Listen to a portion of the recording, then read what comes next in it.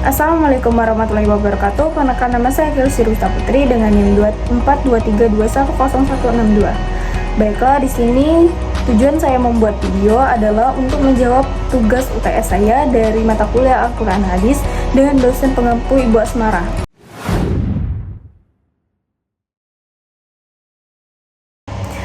Untuk yang soal yang pertama, apa yang saya ketahui tentang sejarah dan perkembangan hadis. Hadis itu sendiri adalah perkataan, persetujuan dari sifat Nabi Muhammad yang dijadikan sebagai sumber kedua dalam Islam setelah Al-Quran. Untuk sejarah dan perkembangannya, yang pertama pada masa Nabi. Pada masa Nabi, Nabi Muhammad SAW menyampaikan hadis secara langsung kepada para sahabat. Lalu para sahabat itu mencatat, ada juga yang mengandalkan dengan menghafalkan.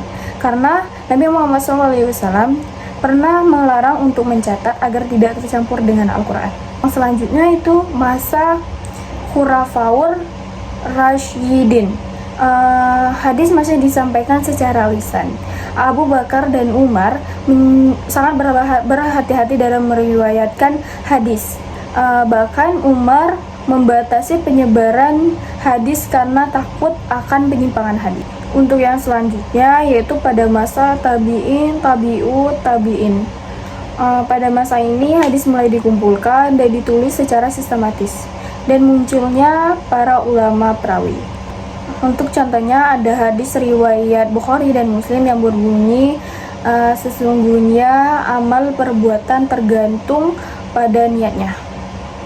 Baiklah, untuk yang pertanyaan yang ketiga, pertanyaannya adalah apa unsur-unsur yang ada di dalam hadis? Jelaskan dan berikan contohnya. Yang pertama tuh ada sanad. Sanad tuh ada rantai yang meriwayatkan hadis dari Nabi Muhammad SAW hingga ke perawi terakhir. Kalau untuk matan itu sendiri adalah isi dari hadis. Isi dari ajaran, pernyataan dari Nabi Muhammad SAW. Kalau untuk perawi itu sendiri individu yang meriwayatkan. Untuk syarat perawi itu harus adil, mudah hafalan, dan terpercaya. Untuk contohnya yaitu ada suatu hadis yang menyebutkan siapa yang tidak menyayangi maka ia tidak akan disayangi. Itu kalau untuk sanadnya dari Abdullah sampai ke Imam Bukhari. Kalau untuk matannya ya tadi sudah saya sebutkan, siapa yang tidak menyayangi maka ia tidak disayangi. Kalau untuk perawinya dari Abdullah dan para perawi lain sampai ke Imam Bukhari. Yang kedua tuh ada hadis ahad. Hadis ahad tuh hadis yang diriwayatkan oleh satu orang perawi atau beberapa perawi lain tapi tidak mencapai hadis mutawatir tadi. Contohnya itu ada hadis niat. Kalau tadi berdasarkan dengan kualitas sanadnya, lalu yang kedua ini berdasarkan dengan kualitas sanad dan matannya. Yang pertama tuh ada hadis sahih, yaitu hadis yang bersambung. Perawinya adil, matannya tidak cacat. Contohnya itu hadis riwayat Bukhari. Yang keduanya yaitu hasan. Hasan itu sama dengan hadis sahih tadi, tapi derajatnya sedikit lebih di bawah hadis sahih tadi. Contohnya itu ada Imam Tirmizi. Yang selanjutnya adalah doif. Doif itu lemah karena cacat di sanad atau perawi. Contohnya yaitu hadis tentang keutamaan surat tertentu tapi tidak menjelaskan sanadnya. Baiklah, untuk pertanyaan yang kelima yaitu apa yang saya ketahui tentang teori sanad dan matan hadis. Jelaskan dan berikan contohnya. Kalau untuk teori matan hadis itu sendiri adalah rantai yang meriwayatkan suatu hadis.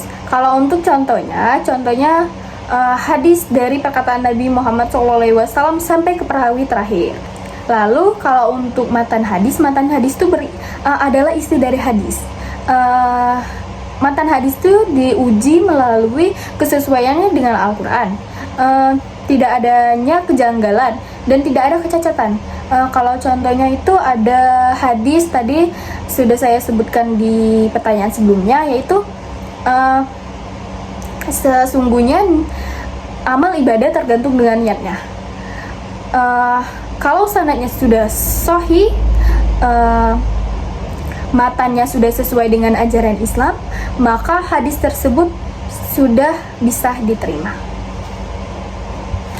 Terima kasih, itulah tadi jawaban pertanyaan dari saya, Kelsey Rusta Putri. Jika ada kesalahan, saya mohon maaf. Semoga apa yang saya sampaikan bisa menjadi manfaat. Terima kasih sekali lagi. Wassalamualaikum warahmatullahi wabarakatuh.